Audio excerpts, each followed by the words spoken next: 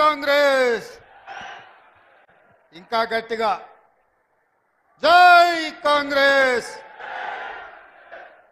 మిత్రులారా,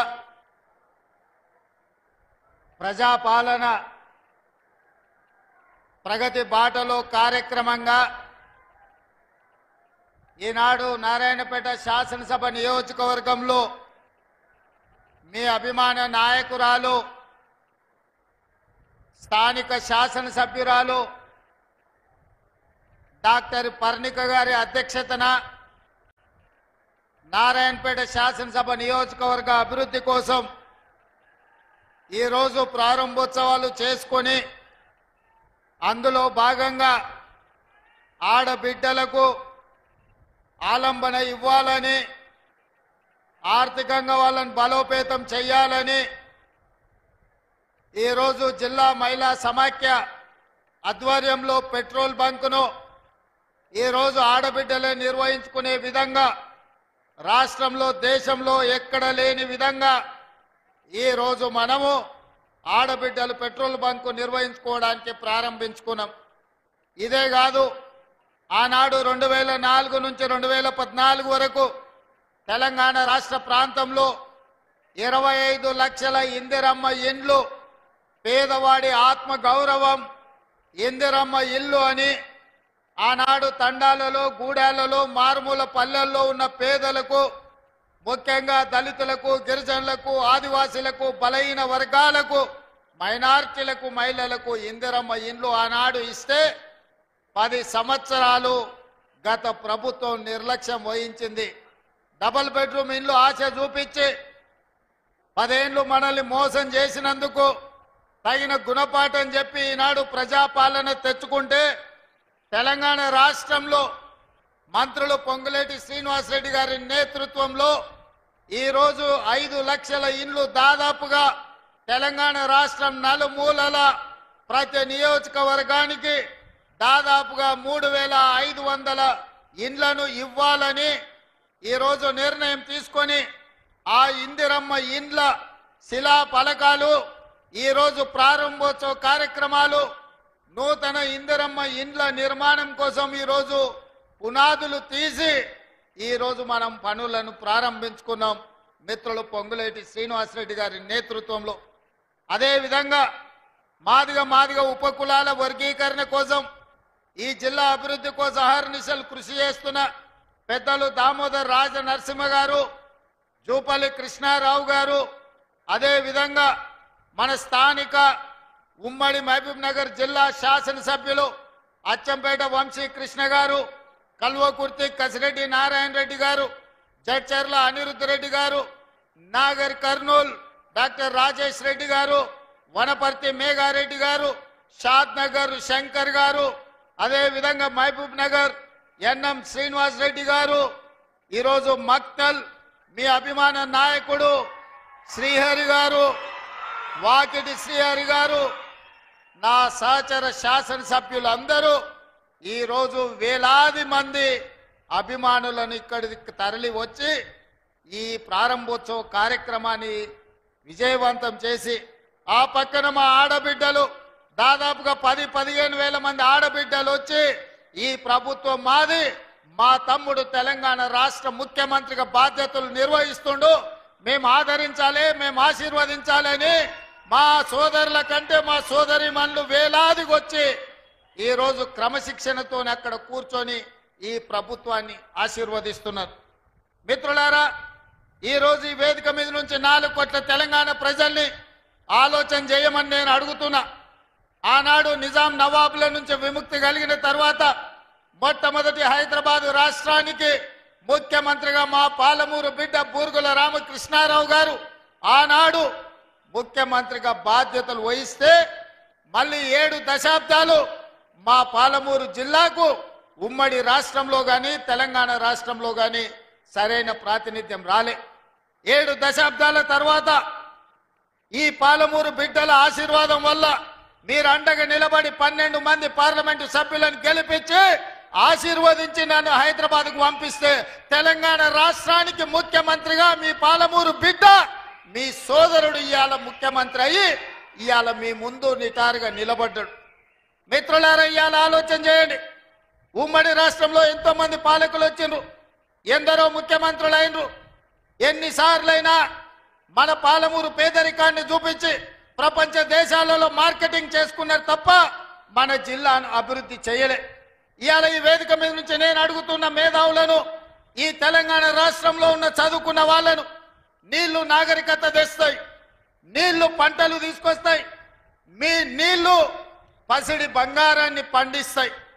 మరి నీళ్లు నాగరికతను దేవాల్సింది, పసిడి పంటలు పండించాల్సిన ఈ పాలమూరు జిల్లాలో కృష్ణా నది జలాలు 811 టీఎంసీలు దశాబ్దాలుగా పారుతున్నా మాకెందుకు పసిడి పంటలు రాలేదు?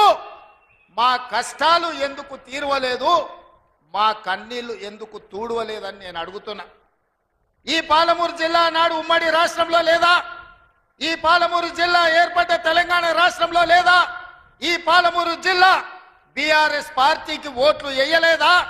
అంతెందుకు 2009లో నాడు చంద్రశేఖరరావు గారు కరీంనగర్ జిల్లా ప్రజలు తరుముతే భుజాన జోలె వేసుకొని జోలె పట్టుకొని పాలమూరు జిల్లాకు వచ్చి ఈ ప్రాంతంలో ప్రజల్ని అడుక్కుంటే నా పాలమూరు సోదరులు, మా సోదరి మనులు నీకు భిక్ష పెట్టినరు. నీ బొంతలో భిక్ష వేసి పార్లమెంటు సభ్యుని చేసి ఢిల్లీకి పంపిస్తే నువ్వు పార్లమెంటు సభ్యుడిగా పదవిని ఎలగబెట్టినావు. సోనియమ్మ తెలంగాణ రాష్ట్రం ఇస్తే నువ్వు తెచ్చినా అని గొప్పలు చెప్పుకున్నావు. ఆనాడు పాలమూరు జిల్లాను దత్తత తీసుకుంటున్నావు. తెలంగాణ రాష్ట్రం వస్తే పాలమూరు బాగుపడుతుందన్నావు. వలసలు ఆగిపోతాయన్నావు. మా కన్నీళ్లు తూడుస్తా అన్నావు. మా ప్రాజెక్టులు పూర్తి చేస్తా అని మాటిచ్చినావు. నేను ఇవాళ అడుగుతున్న వేదిక మీద నుంచి 10 సంవత్సరాలు ముఖ్యమంత్రిగా ఉన్న చంద్రశేఖరరావు గారు 2009లో మేము హక్కున చేర్చుకొని మా కడుపులో పెట్టుకొని చూసుకుంటే, మేము భుజాల మీద పెట్టి మోసుకుంటే, పాలమూరులో ఊరు లేకపోయినా, పార్లమెంటులో నీకు నోరు రాకపోయినా, మేము ఎంపీగా గెలిపిస్తే, మేము భిక్ష పెడితే నువ్వు ఆనాడు ఎంపీ అయినవు. ఆ సంగతి మర్చిపోకు. మరి 10 సంవత్సరాలు ముఖ్యమంత్రిగా ఉన్న నువ్వు మా ప్రాజెక్టులను ఎందుకు పూర్తి చేయలేదని నేను అడుగుతున్నా. ఇవాళ ఈ వేదిక మీద నుంచి పెద్ద పెద్ద మాటలు మాట్లాడుతున్నారు, పొంకనాల మాటలు. ఇవాళ నేను అడుగుతున్నా చంద్రశేఖరరావు గారిని, 10 సంవత్సరాలు ఈ తెలంగాణ రాష్ట్రానికి 2 సార్లు నువ్వే ముఖ్యమంత్రి కదా, నీదే ప్రభుత్వం కదా, మా జూరాల ప్రాజెక్టు పూర్తి ఎందుకు కాలే? మా కల్వకుర్తి ఎత్తిపోతల కంప్లీట్ ఎందుకు కాలేదు? మా నెట్టంపాడు, మా కోయిల్ సాగరు, మా సంగం బండలో ఒక బండ అడ్డం పడితే 10-15 కోట్ల రూపాయలు ఇవ్వక బండ బగలగొట్టక 10,000 ఎకరాలు పల్లెల్లో ఎడారిగా మారితే నీకు మనసు రాలే. సంగం బండలో బండ వలగొట్టలే. కానీ మేము వచ్చిన తర్వాత ఆ బండ బగలగొట్టి ఆ గ్రామాలకు నీళ్ళు ఇచ్చినాం. ఇవాళ కోయిల్ సాగర్, ఇవాళ మీ ఆర్టీఎస్, ఇవాళ ఈ ప్రాంతంలో ఉండే ఏ ప్రాజెక్ట్ అయినా ఎందుకు 10 ఏళ్లలో పూర్తి చేయలే? అదే కాదా నాడు ఉమ్మడి రాష్ట్రంలో జూపల్లి కృష్ణారావు గారు, చిన్నారెడ్డి గారు, డాక్టర్ మల్లు రవి గారు ఆనాడు కిరణ్ కుమార్ రెడ్డితో కొట్లాడి, ఆనాడు అరుణమ్మ గారు కూడా మంత్రిగా పాలమూరు రంగారెడ్డి ఎత్తిపోతల ప్రాజెక్టు పూర్తి చేయాలి, 12 లక్షల ఎకరాలకు నీళ్లు ఇవ్వాలి అని కొట్లాడి జూరాల నుంచి నీళ్లు తీసుకోవాలని పాలమూరు రంగారెడ్డి ఎత్తిపోతల పథకానికి అనుమతి తీసుకొచ్చారు. 16,000 కోట్లతోని ప్రాజెక్టు మంజూరైంది. 35,000 కోట్లు మొత్తం అంచనాలు వేసి టెండర్లు పిలిచిండ్రు. కానీ చంద్రశేఖరరావు వచ్చిన తర్వాత ప్రాజెక్టుల రీజైనింగ్ పేరు మీద 35,000 కోట్ల రూపాయల ప్రాజెక్టును 55,000 కోట్ల రూపాయలకు పెంచిండు. టెండర్లు పిలిచిండు, కాంట్రాక్టర్లకు ఇచ్చిండు, కమిషన్లు మెక్కిండు. జూరాల నుంచి నీళ్లు తీసుకోవాల్సిందని శ్రీశైలం బ్యాక్ వాటర్స్ కు పంపించాడు. ఇవాళ శ్రీశైలానికే ఆ ప్రాజెక్టును తరలించడం వల్ల ఈ రోజు పాలమూరు ఎడారిగా మారుతుంది. 10 ఏళ్లలో పాలమూరు రంగారెడ్డి పూర్తి చేసిన, కల్వకుర్తి పూర్తి చేసిన, భీమా, నెట్టంపాడు, కోయిల్ సాగర్, రాజోలి బండ పూర్తి చేసి ఉంటే, తుమ్మిళ్ళ ప్రాజెక్టును పూర్తి చేసి ఉంటే ఇవాళ ఆంధ్రప్రదేశ్ మనకు అభ్యంతరం పెట్టకపోయి ఉండే. 10 ఏళ్లలో నువ్వు ప్రాజెక్టులు పూర్తి చేయలేదు. పాలమూరును పడావు పెట్టినావు కాబట్టి ఇవాళ మా ప్రాంతం ఎడారిగా మారింది. ఆనాడు 2014లో నేను కొట్లాడి తెచ్చిన మక్తల్ నారాయణపేట కొడంగల్ ప్రాజెక్టు ఒకనాడు ఉమ్మడి రాష్ట్రంలో రాజశేఖర రెడ్డి గారు ముఖ్యమంత్రి ఉన్నప్పుడు దివంగత నాయకుడు చిట్టెం నర్సిరెడ్డి గారు మొట్టమొదట ప్రస్తావించండు మక్తల్ నారాయణపేట కొడంగల్ ప్రాజెక్టు గురించి. ఆ తర్వాత వారు చనిపోయినాక దాని గురించి మాట్లాడిన వాళ్ళే లేరు. మళ్ళీ 2009లో కొడంగల్ ఎమ్మెల్యేగా నేను బాధ్యత తీసుకున్న తర్వాత ఆ కాగితాలు వెలికి తీసి నేను కొట్లాడి 2014లో ఈరోజు నా మక్తల్ నారాయణపేట కొడంగల్ ప్రాజెక్టు తీసుకొచ్చిన. ఆనాడు 1500 కోట్ల రూపాయలతో అంచనా అయ్యింది. 1500 కోట్ల రూపాయలతోని 1,07,000 ఎకరాలకు ప్రాజెక్టు కట్టడానికి అనుమతులు తెచ్చిన. 10 ఏళ్ళు నా మీద కక్షతోని పాలమూరు మీద పగతోటి చంద్రశేఖరరావు ఈ ప్రాజెక్టును పక్కన పెడితే ఈ రోజు నేను వచ్చిన తర్వాత తిరిగి వాటిని దుమ్ము దులిపి పనులు మొదలుపెట్టిన. ఇవాళ 4,5 వేల కోట్ల రూపాయలతోటి మక్తల్ నారాయణపేట కొడంగల్ ప్రాజెక్టును పూర్తి చేయాలి 2 ఏళ్ళలో అని ఈ రోజు టెండర్లు పిలిచి పనులు ప్రారంభిస్తే ఇవాళ పగబట్టి ఆయన టీవీలలో పేపర్లలో అడ్డుకుంటున్నారని అంటున్నాడు. నేను అడుగుతున్న చంద్రశేఖరరావు, నువ్వు 70 ఏళ్ళు మాకు అన్యాయం జరిగింది. మా ప్రాంతంలో నీళ్లు పోయినా మా ప్రాంతం నుంచి తరలిపోతున్న కృష్ణానది జలాలు మాకు తాగడానికి మా సాగునీరుకు అందరూ రాకపోయినా ఈ దేశంలో ఎక్కడ ప్రాజెక్టులు కట్టినా బాక్రానంగల్ కావచ్చు, శ్రీశైలం కావచ్చు, నాగార్జున సాగర్ కావచ్చు, SRSP కావచ్చు, ఈ దేశంలో ఎక్కడ ప్రాజెక్టులు కట్టినా తట్ట పని, పార పని, మట్టి పని, చెమట తీసే ప్రతి పని మా పాలమూరు బిడ్డలు చేసి దేశానికి ప్రాజెక్టులు అందించారు. ఇవాళ ఈ దేశంలో పంట పండుతుందంటే మా పాలమూరు బిడ్డల స్వేదం ఉంది, మా రక్తం ఉంది, మా కష్టం ఉంది. అట్లాంటి మా జిల్లా ఎడారిగా మారి వేలాది మంది వలసలు పోతుంటే తమ పసిపిల్లల్ని తల్లిదండ్రుల దగ్గర, ముసలోళ్ళ దగ్గర, గుడిసెల దగ్గర వదిలి జంటలుగా మేస్త్రీల ఎంబడి వలస పోతుంటే వలసలు ఆపాలని ఇవాళ మా ప్రాజెక్టులు పూర్తి చేయాలని ప్రయత్నం చేస్తుంటే మా మీద పగబట్టినవు ఎందుకు చంద్రశేఖరరావు అని నేను అడుగుతున్నా. ఏం అన్యాయం చేసినాం నీకు చంద్రశేఖరరావు? మేము నిన్ను మా పార్లమెంట్ సభ్యుడిగా ఎన్నుకోవడం మేము చేసిన అన్యాయమా? నీ పార్టీకి పోయినసారి కార్యాలయానికి వైఎస్ కొడుకు జగన్మోహన్ రెడ్డిని పిలిపించి పంచపక్ష ప్రమాణాలు పెట్టి 6 గంటలు చర్చించి రాయలసీమ ఎత్తిపోతల పథకం రచించింది నువ్వు కాదా? ఇది ద్రోహం కాదా? ఆనాడు రాజశేఖర రెడ్డితో కలిసి పోతిరెడ్డిపాడు ద్వారా కృష్ణానది జలాలను సీమకు తరలించకపోతుంటే హారతిచ్చింది నువ్వు కాదా? ఆనాడు మంత్రివర్గంలో నీ మంత్రులు లేరా? హరీష్ రావు గారు ఆ మంత్రివర్గంలో మంత్రి కాదా అని నేను ఇవాళ అడుగుతున్నా. అదే కాదు, జగన్మోహన్ రెడ్డి గారు ముఖ్యమంత్రి ఉన్నప్పుడు ఏ నీళ్ల కోసం తెలంగాణ రాష్ట్రం తెచ్చుకున్నామో, ఏ నీళ్ల కోసం శ్రీకాంతాచారి లాంటి యువకులు, నూనూగు మిసాల యువకులు ఆత్మ బలిదానాలు చేసుకున్నారు.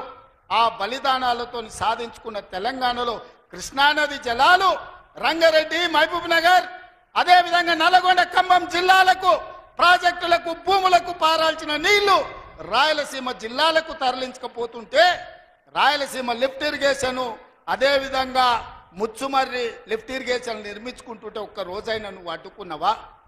వీరతిలకం దిద్ది జగన్మోహన్ రెడ్డికి పంచపక్ష ప్రమాణాలు పెట్టింది నువ్వు కాదా? ఇవాళ నువ్వు చేసిన పాపం ఇవాళకు మాకు శాపమైంది, ఇవాళ మాకు ఉరైంది. ఇవాళ తొందరలోనే రాయలసీమ లిఫ్ట్ ఇరిగేషన్ పూర్తి అయితే రోజుకు 10 టీఎంసీలు అంటే ఒక్క నెల రోజులు మన కళ్ళు మూసుకుంటే 300 టీఎంసీలు శ్రీశైలం మొత్తం తరలించకపోవడానికి, మలుపుకపోవడానికి ఇవాళ పునాదులు వేస్తే ఆంధ్రప్రదేశ్ ప్రభుత్వం వీర తిలకం దిద్ది కాంట్రాక్టర్ దగ్గర కమిషన్ల కోసం కక్కుర్తిపడ్డది నువ్వు కాదా చంద్రశేఖరరావు? ఆనాడు సాగునీటి పారుదల శాఖ మంత్రి హరీష్ రావు కాదా అని నేను అడుగుతున్నా. 5 ఏళ్ళు హరీష్ రావు సాగునీటి పారుదల శాఖ మంత్రి, 5 ఏళ్ళు చంద్రశేఖరరావు గారు సాగునీటి పారుదల శాఖ మంత్రి. మరి నేను ఇవాళ అడుగుతున్నా, పాలమూరు అక్కడనే ఉంది, కల్వకుర్తి అక్కడనే ఉంది, భీమా ఎండిపోయింది, కోయిల్ సాగర్ ఆరిపోయింది, ఈ రోజు ఆర్డీఎస్ అట్లనే ఉండిపోయింది. మా ప్రాజెక్టులు ఎందుకు పూర్తి చేయలే? మా పాలమూరు కష్టాలు ఎందుకు తీరవలేదని నేను అడుగుతున్నా. ఈ నీళ్లు మాకు నాగరికతను ఎందుకు తేలే? ఈ నీళ్లు మాకు పసిడి పంటలు ఎందుకు తీయలే? ఈ నీళ్లు మాకెందుకు కన్నీళ్లు మిగిలిచ్చినాయని నేను అడుగుతున్నా. ఈ నీళ్లు మా భూములు ఎడారుగా మారడానికి, ఈ నీళ్లు మా ప్రజలు వేలాదిగా వలసలు పోవడానికే పనికొచ్చినాయి తప్ప మా జీవితాలలో వెలుగులు వచ్చినాయని నేను అడుగుతున్నా. ఈ పాపం నీది కాదా చంద్రశేఖరరావు? ఈ పాపం నీదే కదా? 10 ఏళ్ళు వచ్చిన తెలంగాణ రాష్ట్రంలో 2 లక్షల కోట్ల రూపాయలు సాగునీటి ప్రాజెక్టుల కోసం ఖర్చు పెట్టినావు కదా. 1,00,000 కోట్లు కాళేశ్వరం కట్టినావు, 1,00,000 కోట్లల్లా 1,000 కోట్లు మింగినావు. కట్టిన కాళేశ్వరం కుప్పగూలిపోయింది. ఇంతకంటే దిక్కుమాలిన ప్రాజెక్ట్ ఇంకెక్కడైనా ఉంటుందా అని నేను చంద్రశేఖరరావుని అడుగుతున్నా. ఇవాళ మా ప్రాజెక్టులు పడావు పెట్టి మా నిధులు నీళ్ళేమో రాయలసీమ తరలించకపోయింది, నిధులేమో నువ్వు తరలించకపోయినావు, పదవులేమో నీ ఇంట్లోకి వచ్చినాయి, పాపాలేమో మాకు వచ్చినాయి. ఇవాళ ఈ పాపాలు ఈ కష్టాలు ఎంతకాలం మేము ఎదుర్కోవాలని నేను అడుగుతున్నా. అందుకే మిత్రులారా, ఇవాళ మన మీద పగబట్టిండు. 10 ఏళ్ళు ముఖ్యమంత్రి ఉన్నాయన, మన పరిపాలన బాగలేదంటుండు. నేను అడుగుతున్న ఇక్కడికి వచ్చిన సోదరుల్ని, తెలంగాణ ప్రజల్ని, 10 ఏళ్ళు కేసీఆర్ ముఖ్యమంత్రి ఉన్నాడు, 12 ఏళ్ళు నరేంద్ర మోడీ ప్రధానమంత్రి ఉన్నాడు. ఇవాళ చర్చకు సిద్ధమా? కిషన్ రెడ్డి గారు మీ పార్టీ ప్రెసిడెంట్గా నువ్వురా, కేంద్ర మంత్రిగా నువ్వురా, చంద్రశేఖరరావు గారు ప్రతిపక్ష నాయకుడిగా నీ పార్టీ ప్రెసిడెంట్గా నువ్వురా, కాంగ్రెస్ పార్టీ నుంచి ముఖ్యమంత్రిగా నేను వస్తా. 12 ఏళ్ళు మోడీ పరిపాలన మీద, 10 ఏళ్ళు చంద్రశేఖరరావు పరిపాలన మీద, 12 నెలల మా పరిపాలన మీద, ప్రజా పరిపాలన మీద చర్చ చేయడానికి నేను సిద్ధంగా ఉన్నా. చర్చలో ఓడితే ముక్కు నేలకు రాస్తా అని చెప్పి నేను ఈ సందర్భంగా సవాలు విసురుతున్నా. ఇవాళ నేను అడుగుతున్నా, మాకు అవకాశం వచ్చింది, మా జిల్లాకు అవకాశం వచ్చింది, మేము ఎవరినో అడుక్కోవడం, ఎవరి ముందల్లో చేయి దాచడం కాదు. ఇవాళ మా పాలమూరు జిల్లాకే ఒక అవకాశం వచ్చింది. మా ప్రాజెక్టులు మేము పూర్తి చేసుకోవద్దా? మా మక్తల్ నారాయణపేట కొడంగల్ ఎత్తిపోతల పథకాన్ని మేము కట్టుకోవద్దా? మా పాలమూరు రంగారెడ్డి పూర్తి చేసుకోవద్దా? మా కల్వకుర్తి పూర్తి చేసుకోవద్దా? మా భీమా పూర్తి చేసుకోవద్దా? మా నెట్టంపాడు పూర్తి చేసుకోవద్దా? మా కోయిల్ సాగర్ పూర్తి చేసుకోవద్దా? మా జూరాల పూర్తి చేసుకోవద్దా? మా తుమ్మిళ్ళ ప్రాజెక్టు పూర్తి చేసుకోవద్దా? మా ప్రాంతం అభివృద్ధి చెందొద్దా అని చంద్రశేఖరరావుని అడుగుతున్నా. ఏది తీసినా ఏది పెట్టినా వద్దు అనే తప్ప నీ నోటి నుంచి ఒక్క మాట అయినా మంచి మాట వచ్చిందా అని నేను అడుగుతున్నా. ప్రాజెక్టులు కట్టొద్దంటివి, భూములు సేకరించొద్దంటివి, పరిశ్రమలు పెట్టొద్దంటివి. లగచర్లలో పరిశ్రమలు అంటే కలెక్టర్లను చంపడానికి చూస్తేవి. మాకు పరిశ్రమలు వద్దా? మా జిల్లాకు ప్రాజెక్టులు వద్దా? మా జిల్లాలో నీళ్లు పారొద్దా? మా పంటలు పండొద్దా? మా రైతులు బాగుపడొద్దా? మేము మంచి బట్టలు కట్టుకోవద్దా? మేము బుక్కెడు బువ్వ తినొద్దా? మేము సమాజంలో గౌరవంగా బతకొద్దా? చంద్రశేఖరరావు, నువ్వు సమాధానం చెప్పని నేను వేదిక మీద నుంచి అడుగుతున్నా. మాకు ఆత్మగౌరవం లేదా? మేము మీలాక దొరలు కాకపోవచ్చు, కానీ మేము రైతు బిడ్డలమే కదా. మేము గౌరవంగా బతకాలని కోరుకోవడం తప్ప, మా ఆడబిడ్డలు వాళ్ళ పిల్లల్ని చదివించుకోవాలనుకోవడం ఏమన్నా నేరమా? ఎందుకు అడ్డుకుంటున్నారు నువ్వు, నీ కొడుకు, నీ అల్లుడు అని నేను అడుగుతున్నా. 12 నెలలు కానీ ప్రభుత్వం అప్పుడే దిగిపోవాలంటున్నాడు. 10 ఏళ్ళలో నువ్వు చెయ్యని పనులు మేము చేసినాం కదా. ఏం బాగలేదు పాలన. ఆయన కొడితే గట్టి కొడతాడంట. ఆయన కొడితే ఎంత గట్టి కొడతాడంట అంటే ఇక అది చెప్పనాలవి కాదంట.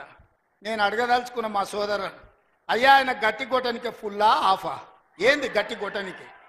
ఏం కొడతాడు ఆయన? కొడితే గిడితే ఓ ఫుల్లు ఓ ఆఫ్ గట్టి కొట్టగలడు, అంత మించి గట్టి కొట్టేది ఏందుంది?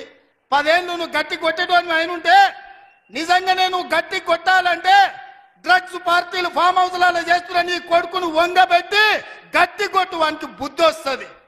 ఢిల్లీలో లిక్కర్ దందాలు చేసి తెలంగాణ గౌరవాన్ని తీసిన నీ బిడ్డను దవడ మీద అంగబెట్టి గట్టి కొట్టు. తెలంగాణ పరువు తీసినందుకు గట్టి కొడితే వస్తుంది. కాళేశ్వరం పేరు మీద 1,00,000 కోట్లు మింగిన నీ అల్లుని దవడ మీద అంగబెట్టి కొట్టు గట్టిగా, అప్పుడు వానికి బుద్ధి వస్తుంది, సిగ్గు వస్తుంది. తెలంగాణను ముంచినందుకు గట్టి కొట్టేది ఉంటే నీ ఇంట్లో కొట్టు, వాళ్ళని దారిలో పెట్టు. కాంగ్రెస్ను గట్టి కొడతా అంటే మా కాంగ్రెస్ పార్టీ కార్యకర్తలు ఊరుకుంటారా? రా, ఎంత గట్టి కొడతావో చూద్దాం. పొంకణాల పోసిగానికంట 3 ఎట్లంట 36 దొడ్లంట. వెనకడికి పొంకణాలు చెప్పేటోడు. 10 ఏళ్ళు నువ్వే ఉన్నావు కదనే, 10 ఏళ్ళలో నిన్ను ఇవ్వడం చేయొద్దన్నాడా? ఇవాళ మేము 12 నెలల ఏమి చేయలేదు అంటున్నాడు. నేను అడుగుతున్న ఇక్కడికి వచ్చిన మా ఆడబిడ్డల్ని, అక్క 500 రూపాయలకు సిలిండర్ వస్తలేదా? ఆర్టీసీ బస్సులో ఉచితంగా మీరు బస్సు ఎక్కుతారని టికెట్ అడుగుతురా? ఆయల్లా అమ్మగారింటికి పోవాలంటే ఇంటి ఆయన కిరాయి పైసలు అడగాలి. అమ్మవారి గుడికి పోవాలంటే పక్కింటోళ్ళు తోడు రావాలి. ఇవాళ 500 రూపాయల సిలిండర్, ఆడబిడ్డల కార్తీలో ఉచిత ప్రయాణం, 200 యూనిట్లు ఈరోజు ఉచితంగా కరెంటు, 25,50,000 రైతులకు 21,000 కోట్ల రూపాయల రైతు రుణమాఫీ చేసినాం. రైతు భరోసా కేసీఆర్ ఎగనామ పెడితే వచ్చిన ఎంబడే 7,625 కోట్ల రూపాయలు ఇవాళ రైతు భరోసా మొదటి విడత ఇచ్చినాం. రెండో విడత ఈరోజు రైతు భరోసాల 10,000 కోట్ల రూపాయలు, ఎకరాకు 12,000 సంవత్సరానికి ఇవాళ మనం మొదలు పెట్టినాం. మార్చి 31 లోపల ఈరోజు రైతు భరోసా నిధుల్ని రైతుల ఖాతాలో వేయదలుచుకున్నాం. నిరుద్యోగ యువకులకు 55,000 ఉద్యోగాలు ఇచ్చినాం. ఇవాళ ఆడబిడ్డలకు మహిళా సంఘాలకు పాఠశాలలు నిర్వహించుకోనికి అమ్మ ఆదర్శ పాఠశాల ఇచ్చినాం. ఇవాళ పాఠశాల పిల్లలకు బట్టలు కుట్టే పని ఆడబిడ్డలకు ఇచ్చినాం. ఇవాళ 1000 మెగావాట్లు సోలార్ విద్యుత్తు ఆడబిడ్డలకు ఇవాళ నిర్వహించుకోవడానికి ఇచ్చినాం. ఇవాళ మహిళా సంఘాలకు 600 బస్సులు కొని ఆర్టీసీకి ఇవాళ కిరాయిలకు పెట్టే అవకాశం మా ఆడబిడ్డలకు ఇచ్చినాం. ఈ రకంగా చెప్పుకుంటూ పోతే ఈరోజు కొడంగల్ నారాయణపేట లిఫ్ట్ ఇరిగేషన్ మహబూబ్ నగర్ కు తీసుకొచ్చినాం. 5,000 కోట్ల రూపాయలతో కొడంగల్ అభివృద్ధి పనులు, 1000 కోట్లు ఇవాళ నారాయణపేటలో అభివృద్ధి పనులు తీసుకున్నాం. పాలమూరు ప్రాజెక్టు పూర్తి చేయాలని ఇవాళ ముందుకు పోతున్నాం. ఈ రకంగా మేము వచ్చిన తర్వాత ఇంతకుముందే పొంగులేటి శ్రీనివాసరెడ్డి గారి నేతృత్వంలో ఆనాడు ఆగిపోయిన ఇందిరమ్మ ఇల్లు మళ్ళీ ప్రారంభించి నియోజకవర్గానికి 3,500 కాదు, అవసరమైతే 5,000 ఇల్లు ప్రతి నియోజకవర్గానికి 5 లక్షల రూపాయలు పేదవాడు ఇల్లు కట్టుకోవడానికి ఇవాళ ఉచితంగా ఇస్తున్నాం. నువ్వు ఎన్ని డబుల్ బెడ్రూమ్ ఇల్లు ఇచ్చినావు 10 ఏళ్ళని నేను అడుగుతున్నా. సంవత్సరంలో 5 లక్షల ఇండ్లు మేము ఇస్తాం. ఆనాడు 10 ఏళ్ళ 25 లక్షల ఇందిరమ్మ ఇండ్లు మేము ఇచ్చినాం. నేను అందుకే ఇవాళ టీఆర్ఎస్ వాళ్ళకు ఒక సవాల్ విసురుతున్నాను. చిత్తశుద్ధి ఉంటే మీరు రాండి. ఏ ఊర్లో అయితే ఇందిరమ్మ ఇండ్లు ఉంటాయో రేపు సర్పంచ్ ఎన్నికలలో మేము ఓట్లు అడుగుతాం. ఏ ఊర్లో మా ఇందిరమ్మ ఇండ్లు లేవో మేము ఎన్నికల్లో పోటీ చేయం. నువ్వు నీ డబుల్ బెడ్రూమ్ ఇండ్లు ఉన్న ఊర్లలోనే నువ్వు పోటీ చేయాలి. నీకు దమ్ముందా? నేను సూటిగా సవాలు విసురుతున్నా. శ్రీనివాస్ రెడ్డి గారిని కూడా సవాలు విసరమని చెప్తున్నా. మా దామన్నను కూడా తోడుండమని నేను విజ్ఞప్తి చేస్తున్నా. ఏ ఊర్లో ఇందిరమ్మ ఇళ్ళు ఉన్నాయో మేము ఆ ఊర్లోనే పోటీ చేస్తాం. ఏ ఊర్లో డబుల్ బెడ్రూమ్ ఇళ్ళు ఉన్నాయో గా ఊర్లోనే బీఆర్ఎస్ వాడు పోటీ చెయ్యాలి.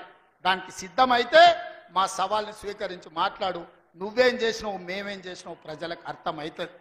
అందుకే ఇవాళ ఆర్టీసీలో బస్సు అయినా, ఆడబిడ్డలకు 200 యూనిట్లు ఇంటికైనా, 500 రూపాయల సిలిండర్ అయినా, యువకులకు 55,000 ఉద్యోగాలైనా, 21,000 కోట్ల రూపాయల రైతు రుణమాఫీ అయినా, రైతు భరోసాలో 12,000 కోట్ల రూపాయలు సంవత్సరానికి ఇచ్చిన ఉపాధి హామీ కూలీలకు ప్రతి ఇంటికి 12,000 రూపాయలు ఇవాళ ఉచితంగా ఇచ్చిన ఒక్క సంవత్సరంలోనే ఇవన్నీ పనులు మనం చేసినాం. ఇవే కాదు, ఇవాళ బీసీలు తెలివికల్లోలైన డాక్టర్లు, లాయర్లు, ఇంజనీర్లుగా ఈ చదువుకున్నారు. ఐఏఎస్లు, ఐపీఎస్లుగా వాళ్ళు రాణిస్తున్నారు. మేము ఎంతమంది ఉన్నామో లెక్క చెప్పండి అని అడుగుతున్నారు. 1931 100 ఏళ్ల కింద తెల్లదొరలు లెక్కలు కట్టారు కులగణన. మళ్ళీ ఇవాళ వరకు కట్టలే. 7 దశాబ్దాలైన స్వతంత్ర దేశంలో బీసీ కులగణన చెయ్యలే. ఇవాళ తెలంగాణ రాష్ట్రం దేశంలోనే మొదటిసారిగా బలహీన వర్గాలకు సంబంధించిన ప్రతి కులానికి సంబంధించిన లెక్క తీసి కులగణన చేసి దేశానికి ఆదర్శంగా నిలబడ్డది. 100 ఏళ్ల నుంచి జరగని పని ఇవాళ తెలంగాణ రాష్ట్రంలో చేసినాం. మాదిగ ఉపకులాల వర్గీకరణ ఏండ్ల నుంచి కొట్లాడుతున్నారు. 30 ఏండ్ల నుంచి 100 మంది పిల్లలు చచ్చిపోయిన కొట్లాటలు. ఇవాళ ఎస్సీ ఉపకులాలకు సంబంధించి ముఖ్యంగా మాదిగ ఉపకులాల వర్గీకరణ 30 ఏండ్ల నుంచి పీఠముడిగా ఉంటే ఆ సమస్యని పరిష్కరించి ఇవాళ వర్గీకరణ చేసినాం. ఇవన్నీ ఒక్క సంవత్సరం మేము సాధించిన విజయాలు. చంద్రశేఖరరావు, నీకు ఇవి కనిపిస్తలేవా? నీ కండ్లకి ఏమన్నా పసిరికలు వచ్చినాయా? నీ కండ్లు ఏమన్నా పచ్చగానే అని నేను అడుగుతున్నా. ఇవన్నీ మేము చేస్తలేమా? ఇవన్నీ నువ్వు సభకు వస్తే చర్చిస్తాం కదా. ఆయన రాడు. ఇక ఒక ఆయన మోడీ ఉన్నాడు ఢిల్లీలో, ఈయన గల్లీలో ఈయన ఒక ఆయన ఉంటే ఆడొక ఆయన ఉన్నాడు. ఆయన మనుషులు ఈడ మోపారు. బండి సంజయ్ అంట, కిషన్ రెడ్డి అంట. ఏం చేసిరాయా మీరు ఏం చేసిరో సవాల్ అంటుండు. నేను సూటిగా సవాల్ ఇసరదలుచుకున్నా కిషన్ రెడ్డికి, బండి సంజయ్కి. 2014, 2019, 2023 నరేంద్ర మోడీ గారు ఇచ్చిన హామీలు, మొన్న 2023లో మేము ఇచ్చిన హామీల మీద మేము చర్చకు సిద్ధంగా ఉన్నాం. నేను మా దామన్న మేము ఇద్దరం వస్తాం. కిషన్ రెడ్డి గారు, బండి సంజయ్ మీరు ఇద్దరు రాండి. బీఆర్ఎస్ నుంచి వాళ్ళని కూడా తండ్రి కొడుకులు వస్తారో, మామ అల్లుడు వస్తాడో, బావ బామార్ది వస్తాడో, ఎవడో ఒకడు వాళ్ళని కూడా రాని. చర్చ పెడదాం, బజార్లో పెడదాం, అంబేద్కర్ చౌరస్తాలో పెడదాం. అంబేద్కర్ సాక్షిగా చర్చ చేద్దాం. 10 ఏళ్ళు కేసీఆర్ ముఖ్యమంత్రిగా, 12 ఏళ్ళు నరేంద్ర మోడీ ప్రధానమంత్రిగా, 12 నెలలు మన ప్రభుత్వం ఇందిరమ్మ ప్రభుత్వం చేసిన పనుల మీద చర్చ చేద్దాం. నరేంద్ర మోడీ ఇచ్చిన మాట, స్విస్ బ్యాంకులో లక్షల కోట్ల రూపాయలు నల్లధనం ఉంది, అవి తెచ్చి ప్రతి పేదవాడి ఖాతాలో 15 లక్షలు వేస్తా అన్నాడు. ఒక్క పేదోని ఖాతాలన్నా మోడీ 15 పైసలు వేసినాడే? వేసిండా? ఒక్క రూపాయి నల్లధనం తేలే. కానీ నల్లధనం ఉన్నోళ్ళు దేశం విడిచి పారిపోయినారు. నీరవ్ మోడీ ఆయన చోక్సీ, విజయ్ మాల్యా ఇట్లా వందల మంది బ్యాంకులను ముంచి 16 లక్షల కోట్ల రూపాయలు బ్యాంకులకు ఎగదొప్పి పెట్టుబడిదారులు మోడీ దోస్తులు దేశమిడిచి విదేశాలకు వారిపోయినరు తప్ప విదేశాలలో ఉన్న నల్లధనం ఒక్క పైసా కూడా మోడీ తెచ్చింది లేదు, పేదోడి ఖాతాలు వేసింది లేదు. రైతుల ఆదాయం 2 చేస్తా అన్నాడు. కానీ రైతు వ్యతిరేక నల్ల చట్టాలు తెస్తే 16 నెలలు ఢిల్లీ సరిహద్దుల్లో సైనికులాగా వేలాది మంది రైతులు దీక్ష చేసి నరేంద్ర మోడీ మెడలు వంచి జాతికి క్షమాపణ చెప్పి రైతు వ్యతిరేక నల్ల చట్టాలను మోడీ చేత ఉపసంహరింపజేసిండ్రు రైతులు.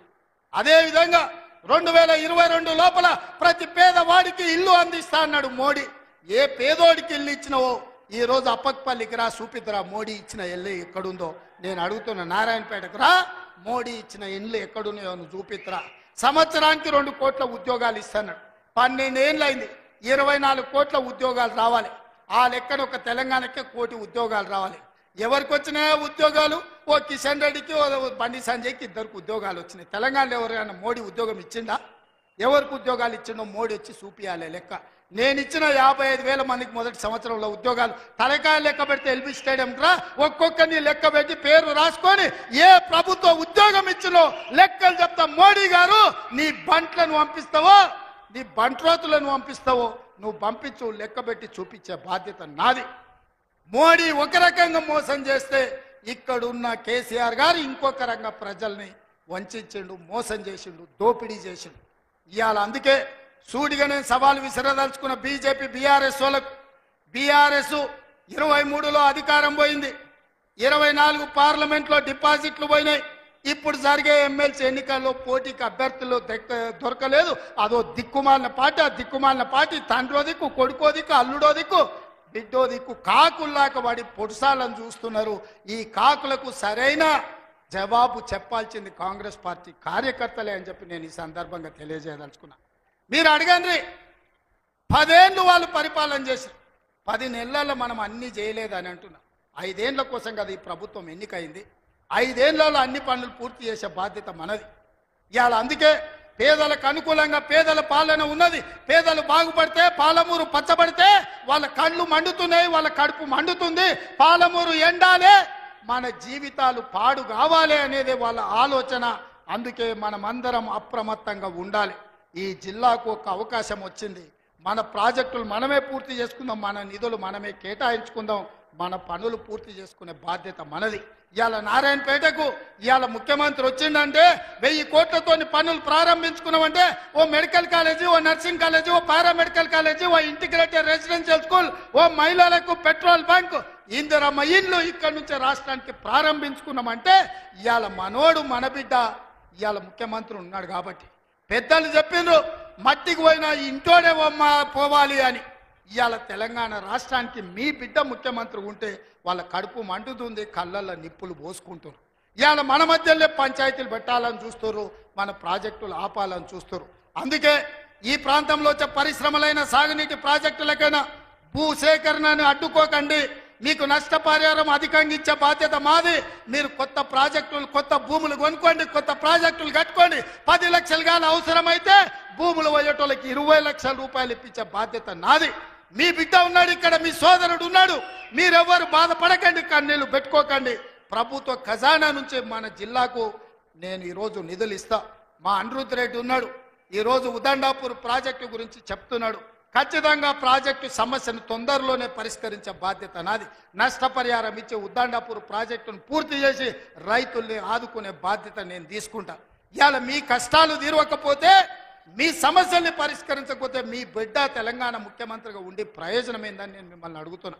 సంపూర్ణమైన విశ్వాసం పెట్టుకోండి. లేక లేక మనకు ఒక అవకాశం వచ్చింది. మన ఇంట్లోనికి మన బిడ్డకు అవకాశం వచ్చినప్పుడు శత్రువులు కుట్రలు చేస్తున్నారు, కడుపుల కత్తులు పెట్టుకొని బయలుదేరుతున్నారు, కౌగిలించుకున్నట్టే ఇకిలిస్తున్నారు, కౌగిలించుకొని కడుపుల కత్తులు పెట్టి పొడిచి చంపాలని చూస్తున్నారు. ఇట్లాంటి సన్నాసులకు గుణపాఠం చెప్పాల్సిన బాధ్యత పాలమూరు జిల్లా యువకుల మీదనే ఉన్నది. మిత్రులారా, పనిలో నిమగ్నమై ఉన్న పనులు చేసే బాధ్యత నాది, కాపాడుకునే బాధ్యత మీది. మళ్ళీ రాదు ఇట్లాంటి అవకాశం. ఇవాళ తప్పిపోయిందా మళ్ళీ 50 ఏళ్ళు అవుతుందో, 60 ఏళ్ళు అవుతుందో, 70 ఏళ్ళు అవుతుందో, 100 ఏళ్ళు అవుతుందో చరిత్రను మనం అంచనా వెయ్యలేము. ఇవాళ వచ్చినప్పుడే మన ప్రాజెక్టులను పూర్తి చేసుకుందాం. పాలమూరును పూర్తి చేసుకుందాం, కల్వకుర్తిని పూర్తి చేసుకుందాం, భీమా నెట్టంపాడు కోల్సాగర్ను పూర్తి చేసుకుందాం, మక్తల్ నారాయణపేట కొడంగల్ ప్రాజెక్టును పూర్తి చేసుకుందాం, కొడంగల్లో పరిశ్రమలు తెద్దాం, మన ప్రాంత నిరుద్యోగ సమస్యని పరిష్కరిద్దాం. మీరందరూ అండగా నిలబడాలి. ఈ ప్రాంతాన్ని అభివృద్ధి చేసే బాధ్యత నాది. మళ్ళొకసారి సూటిగా కిషన్ రెడ్డి గారికి, బండి సంజయ్ గారికి, కేసీఆర్ గారికి, కేటీఆర్ గారికి నేను సవాల్ విసురుతున్నా. 12 ఏళ్ళు మోడీ పాలన మీద, 10 ఏళ్ళు కేసీఆర్ పాలన మీద, 12 నెలలు మా పాలన మీద మేము చర్చకు సిద్ధంగా ఉన్నాం. నేను మా సోదరుడు దామోదర్ రాజనరసింహ గారు మేము చర్చకు వస్తాం. తారీఖు చెప్పండి, ఏ సెంటరో చెప్పండి, ఏ సెంటర్ అయినా మేము తయారు. మీరు సిద్ధమైతే రాండి. ఎవరు ఏం చేసిండ్రో చర్చ చేద్దాం, తేలుద్దాం, తెలంగాణ ప్రజలకు వాస్తవాలు చెబుదాం. ఇంత గొప్ప కార్యక్రమాన్ని ఏర్పాటు చేసినందుకు మిత్రుడు శివకుమార్ రెడ్డి గారిని, అదేవిధంగా కాంగ్రెస్ పార్టీ కార్యకర్తల నాయకుల్ని, మా పర్ణికమ్మను మనస్ఫూర్తిగా అభినందిస్తున్నా. రాబోయే రోజుల్లో స్థానిక సంస్థల్లో కూడా మనం మన బలాన్ని నిరూపించాలి. పాలమూరి మొత్తం ఏకమై ఎవరిని సరిహద్దులకు రాకుండా చూడాలి. ఆ చూసే బాధ్యత మీదే అని తెలియజేస్తూ మీ అందరి దగ్గర సెలవు తీసుకుంటున్నా. మీరందరు సిద్ధమేనా? సిద్ధమేనా? సిద్ధమేనా? యుద్ధానికి సిద్ధమేనా? సిద్ధమేనా? సిద్ధమన్న వాళ్ళందరూ చేయి పైకెత్తండి. జై కాంగ్రెస్, జై జై కాంగ్రెస్.